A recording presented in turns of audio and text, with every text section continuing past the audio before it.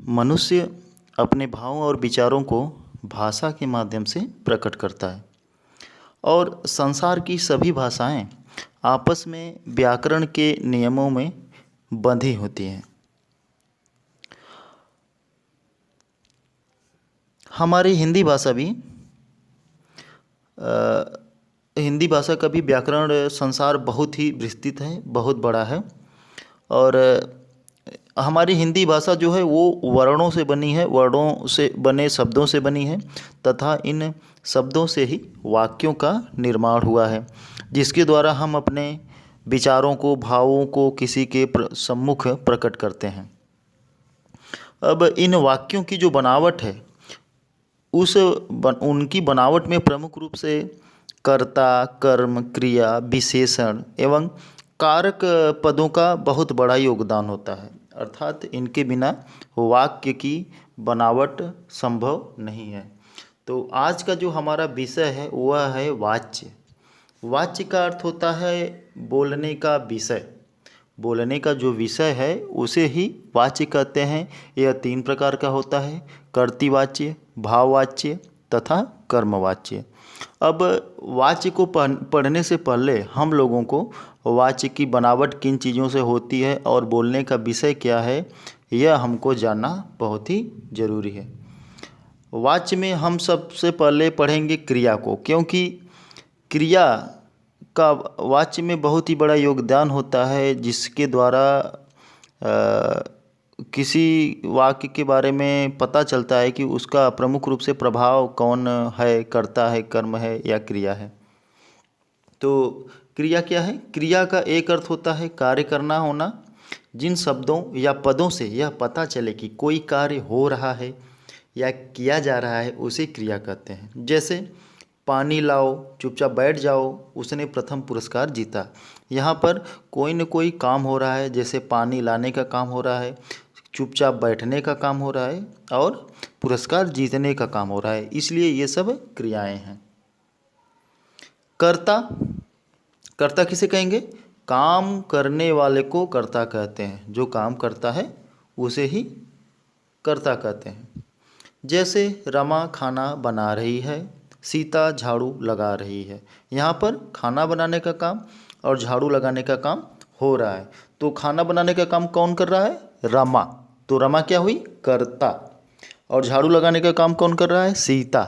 तो यहाँ पर सीता और रमा ये कर्ता हुए। उपर्युक्त वाक्य में रमा सीता के द्वारा कार्य किया जा रहा है, अर्थात रमा के द्वारा खाना बनाने का कार्य किया जा रहा है, वहीं दूसरे वाक्य में सीता द्वारा झाड़ू लगाने का कार्य किया जा रहा है। अतः रमा और सीता क्या है? कर्ता है। अब क्या है अगला? अगला है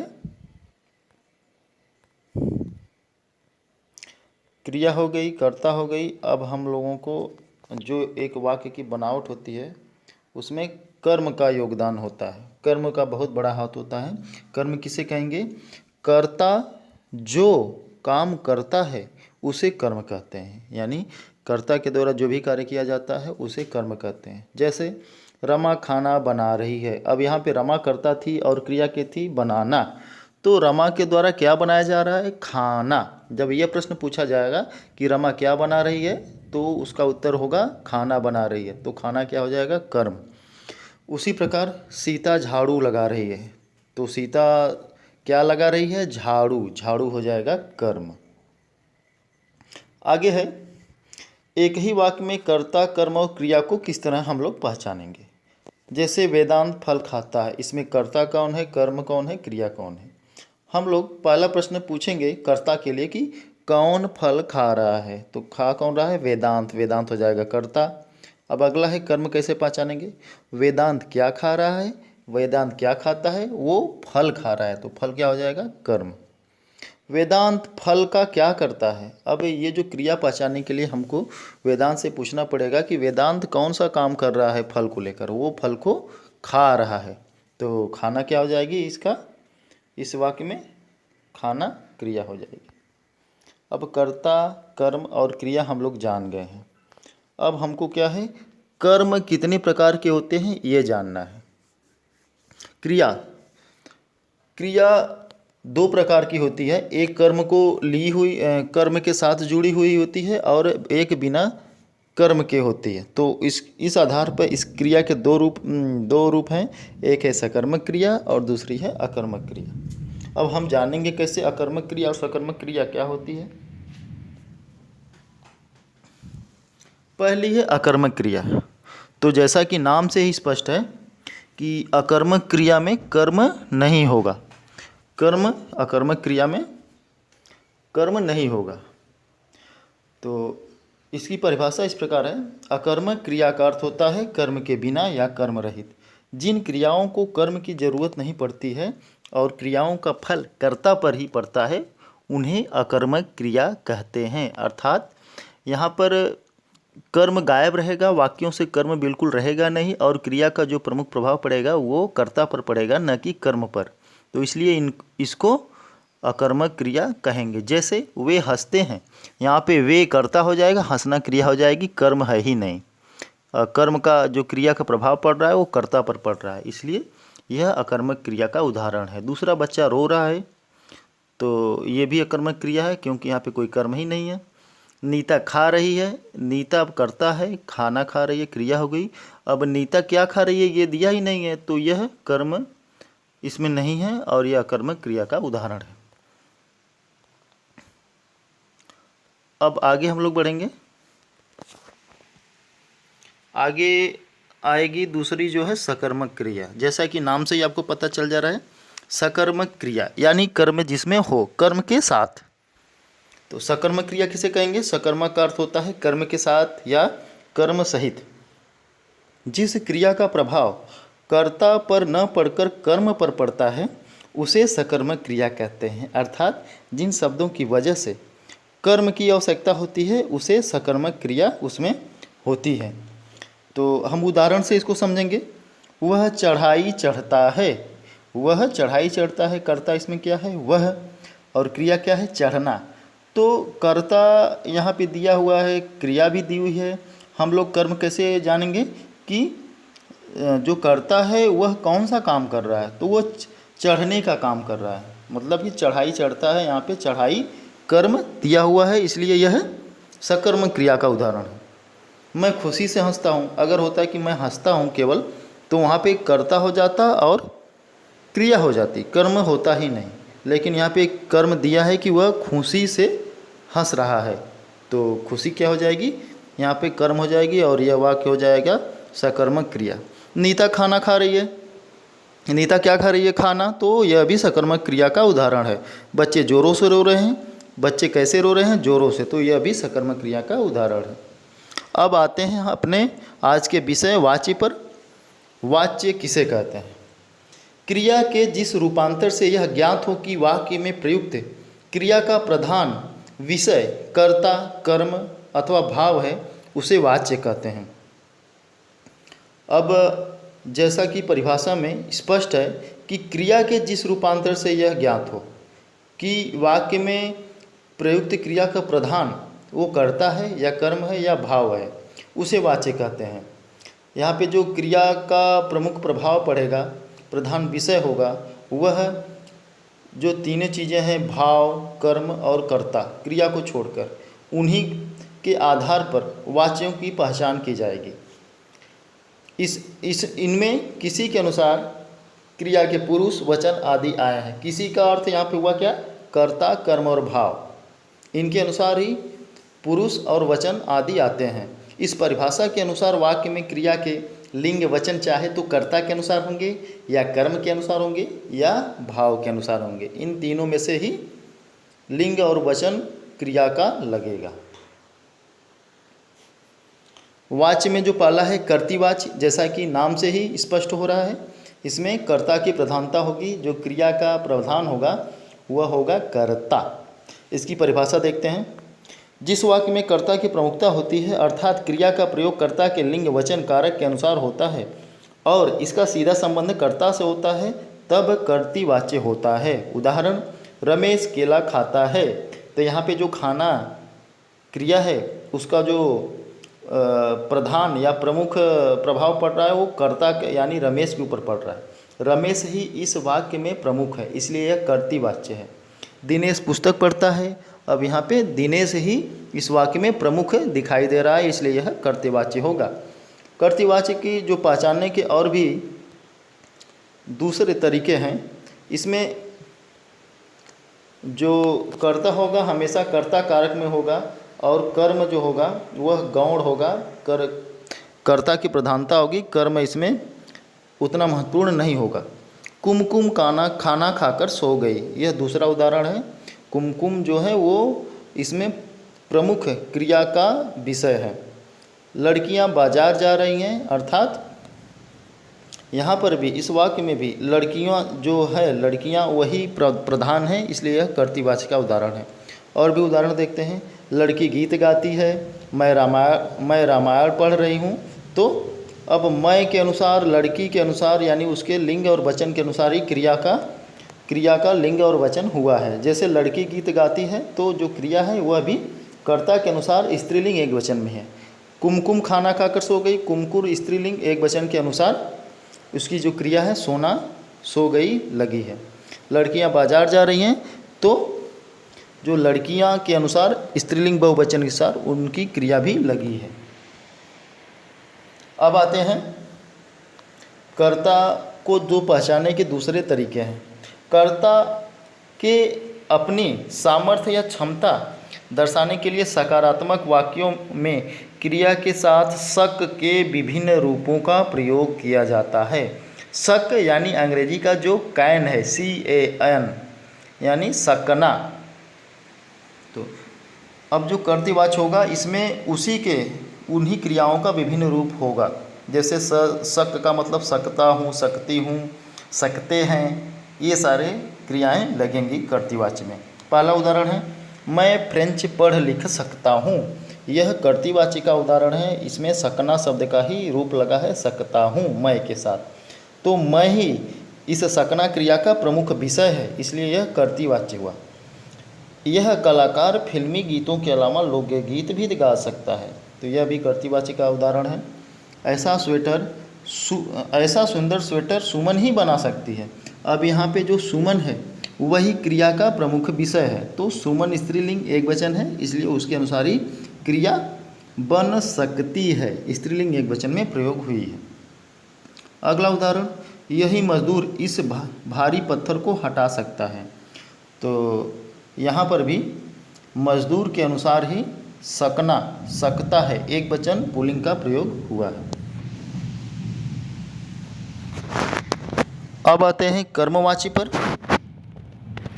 जैसा कि नाम से ही आपको पता चल जा रहा है कि जिन वाक्यों में कर्म की प्रधानता होगी वहाँ पर कर्मवाच्य होगा।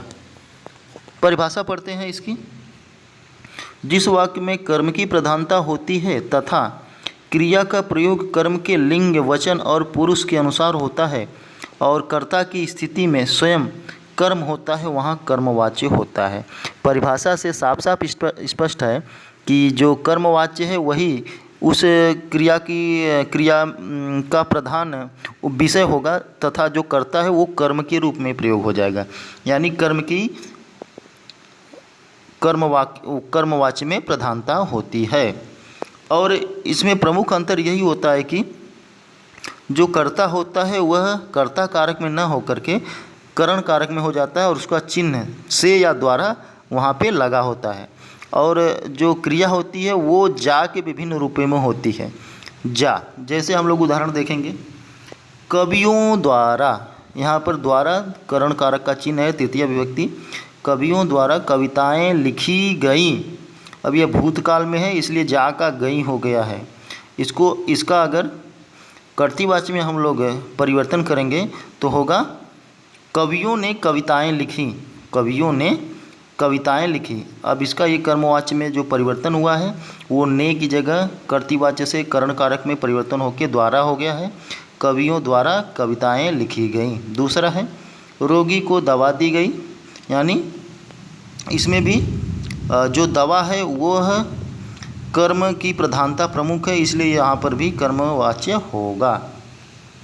और उदाहरण देखते हैं, मीरा ने दूध पिया, यह कर्तृवाची का उदाहरण है, इसका कर्मवाची में उदाहरण होगा, परिवर्तन होगा, मीरा द्वारा दूध पिया जाता है।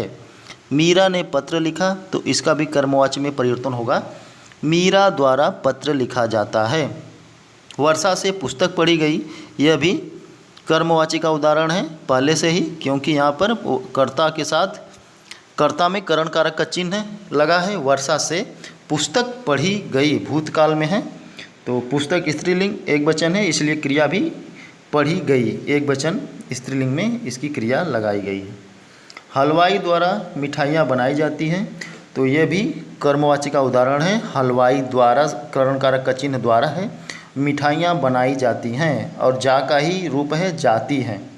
चित्रकार द्वारा चित्र बनाया जाता है, यह भी कर्मवाची का उदाहरण है।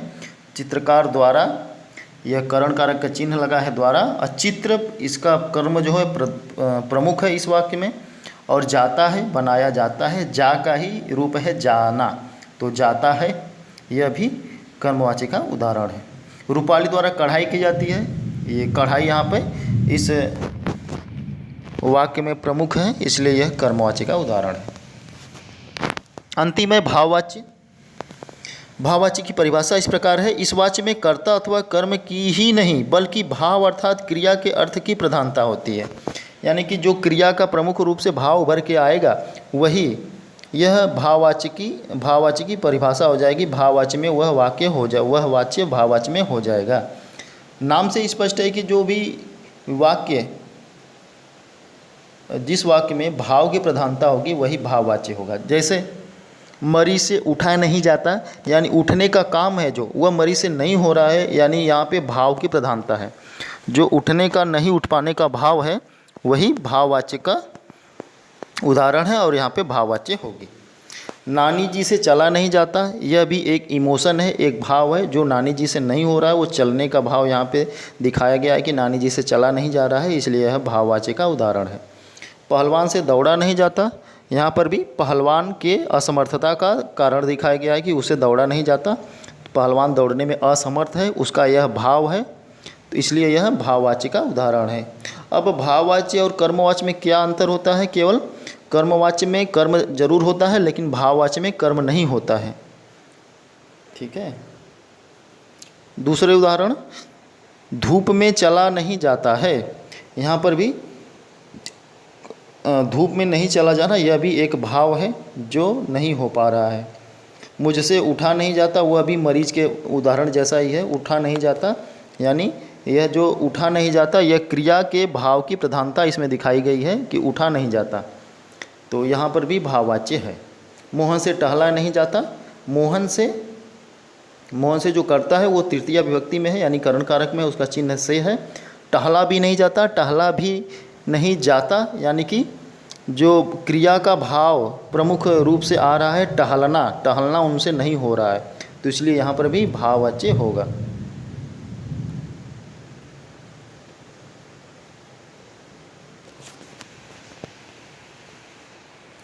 कुछ महत्वपूर्ण तथ्य हैं जिनको जानना बहुत जरूरी है।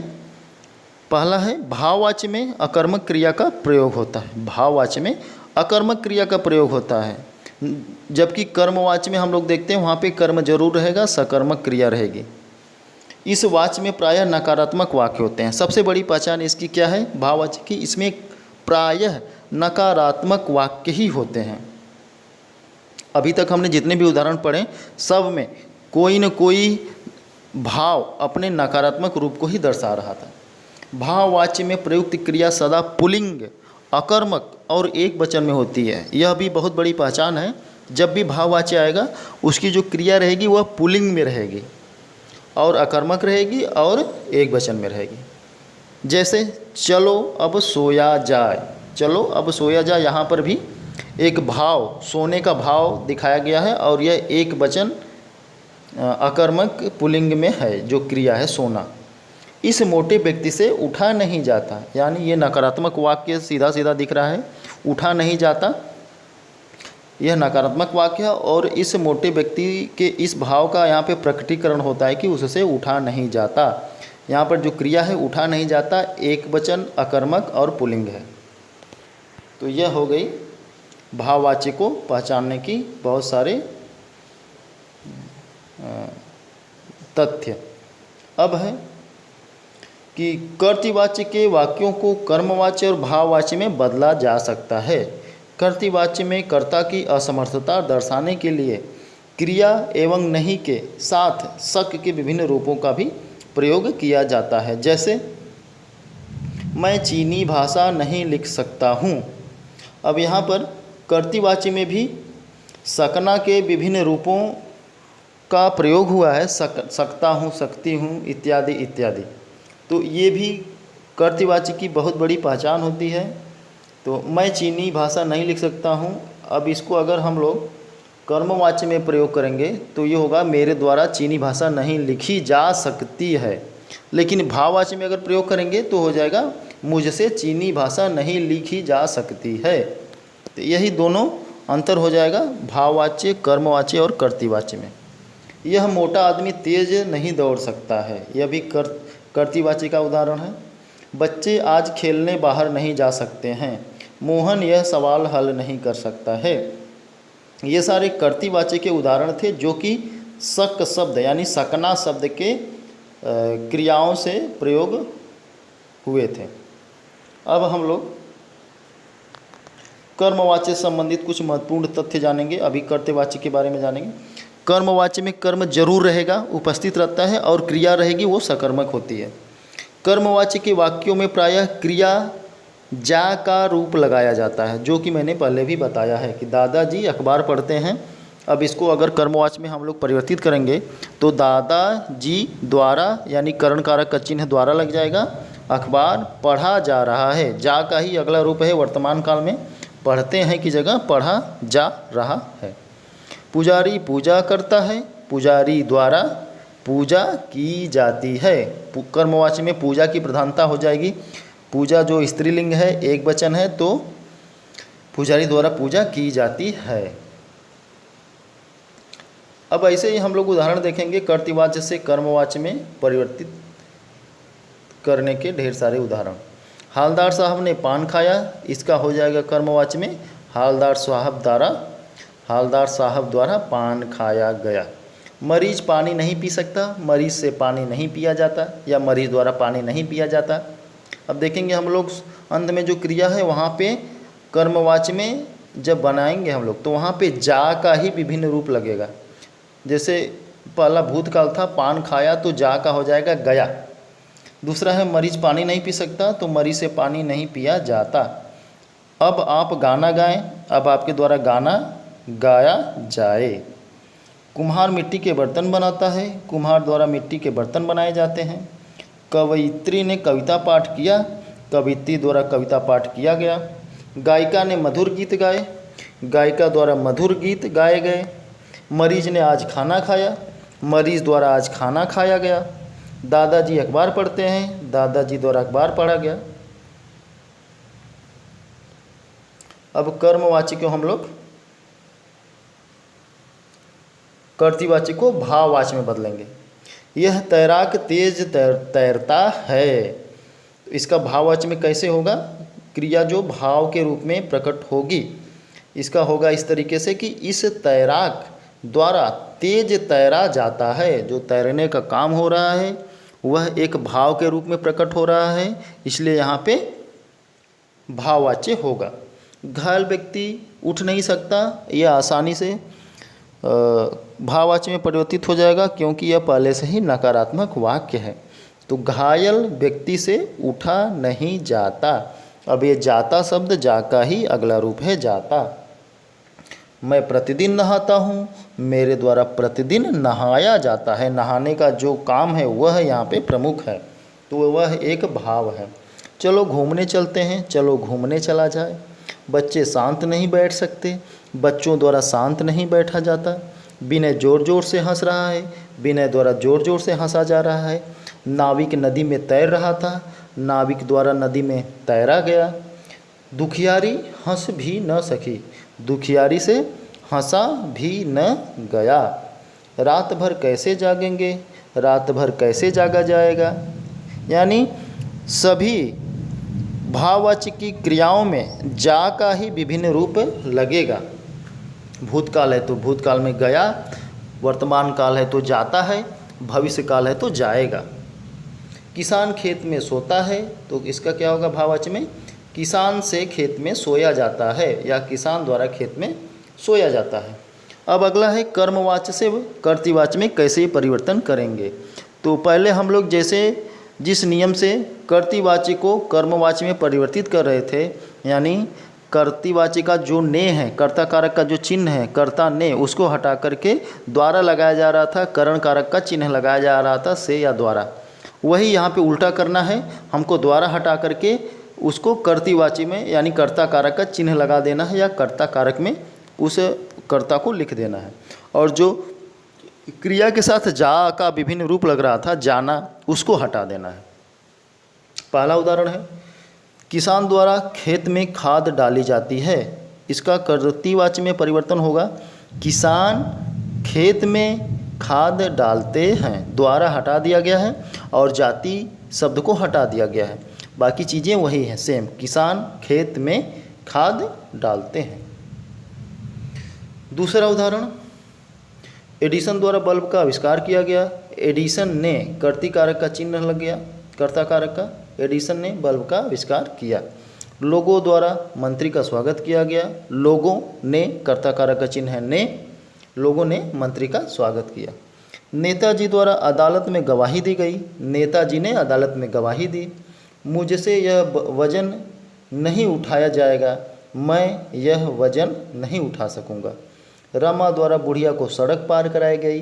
रमा ने द्वारा को हटा करके ने लगा दिया है।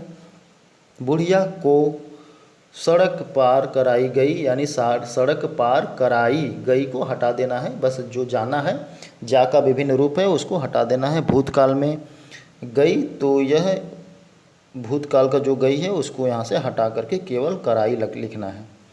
मंत्री द्वारा सड़क का उद्घाटन किया गया। मंत्री ने सड़क का उद्घाटन किया। पुलिस द्वारा लाठीचार्ज किया गया। पुलिस ने लाठीचार्ज कर दिया।